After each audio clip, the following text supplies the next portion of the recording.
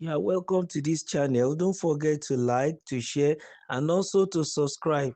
In the news, two candidates are going to come out in ADC, and they can stop Atiku from becoming president.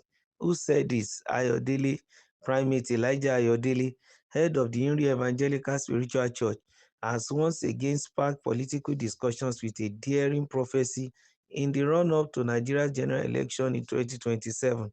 Ayodele made the following statement in a Facebook video: two candidates are going to come out in ADC and they can stop Atiku from becoming president.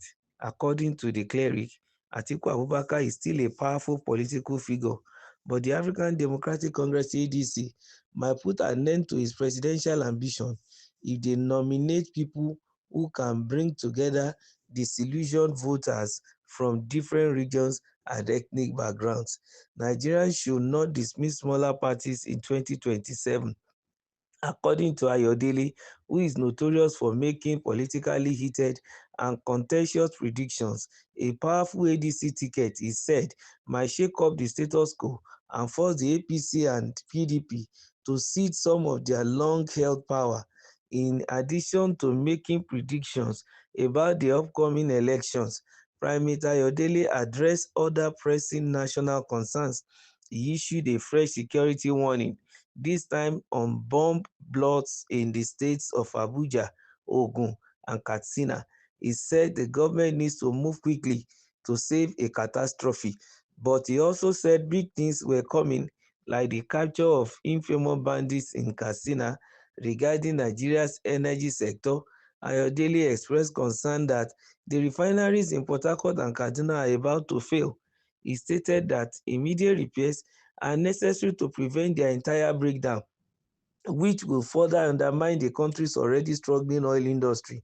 On a global scale, the clearing voice is continued worry over over the escalated conflict between Russia and Ukraine, and implied that tensions will rise until world leaders take something to bring about the peace. Ayodele voiced his worry that African countries will be led astray by the United States and other Western powers in their economic and political pursuits as a result of foreign policies that do not benefit their long-term interests. He warned African leaders that they risk being enslaved if they do not wake up. Yes, few things were discussed in this particular news, and number one is on the uh, former Vice President of the Federal Republic of Nigeria, the Waziri of Adamawa, the person of Alhaji Atiku Abubakar, who happened to be a front runner that might possibly pick the ticket for the African Democratic Congress for presidential candidature. That is ADC. But here is a prophecy coming out of the mouth of the revered cleric, Primate Elijah Ayodele, saying that if Atiku is not careful, he's going to be given a run for his money by some two particular powerful political figures that will come out, and then they will be able to take the ticket away from him. And if Atiku couldn't get a ticket to run on a platform, it means his presidential ambition is doomed and it has failed. But as it is a prophecy, which if Atiku takes the time, he can work solely on it in order to prevent whatever the clergyman might have said he saw from happening. Well, as far as the matter is concerned, the two candidates are going to come out in ADC and they can stop him from becoming the president. So Atiku has a lot of work to do. I think number one is to search out who these particular candidates are. And number two is to find a way to pacify them and be on a round table to arrive at the positive conclusion with them and go through correct negotiation such that what the clergyman is saying might not be unleashed even on him. Very, very important. He specifically even said that these people, if they decide to come up with whatever they are trying to do, they could nominate people who can bring together disillusioned voters from different regions and ethnic backgrounds, and they can of course work on the vulnerability of these voters and take advantage and do the needful, which is very, very important. He also made mention that Nigerians should not dismiss smaller parties in 2027. They might be like the proverbial lepers who cannot do a milk, but they can push away the bowl of milk that has been squeezed out of any animal. That because they may be notorious, for being small, and they may for sure also be notorious for being spoilers. That is why the primate is advising whether that the big political parties shouldn't just dismiss all those small small ones, because it is only a mighty ocean that is made by few drops of water. If they can not overlook them and come together with them, they will be able to have a better chance come 2027.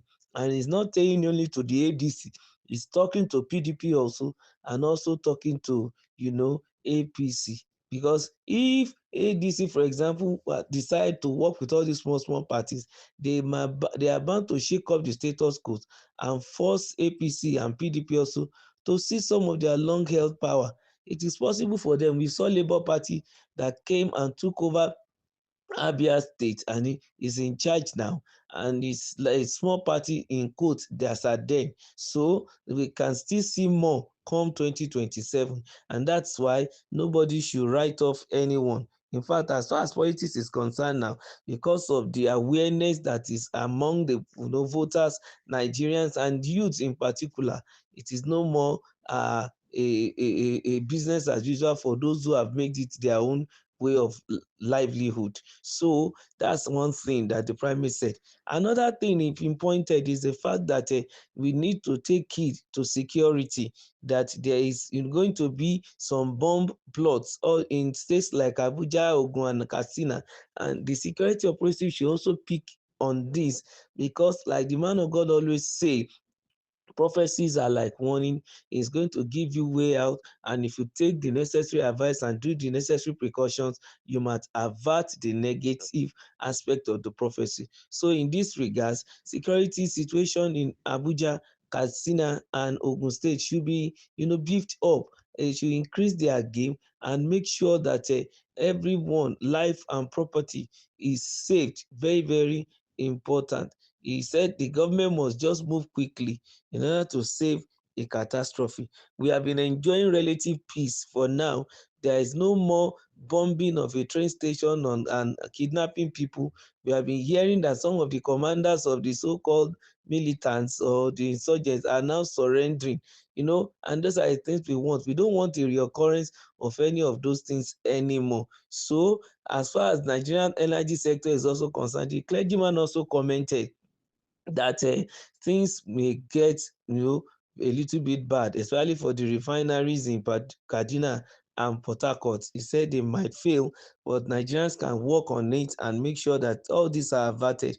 And he also made a warning to African countries that are following America's foreign policies and advice, that is going to backfire and they need to be very careful. So I think Africans should sit down and look inward and then plan our life and make sure that the right things are done. Don't let us base it on what the so-called white man book says, the foreign books. We should do it based on what our own reality is here. And I believe if we continue in that trajectory, Africa will be great. Keep liking our channel, give us your love, your thumbs up, and make sure you share. Don't forget to subscribe.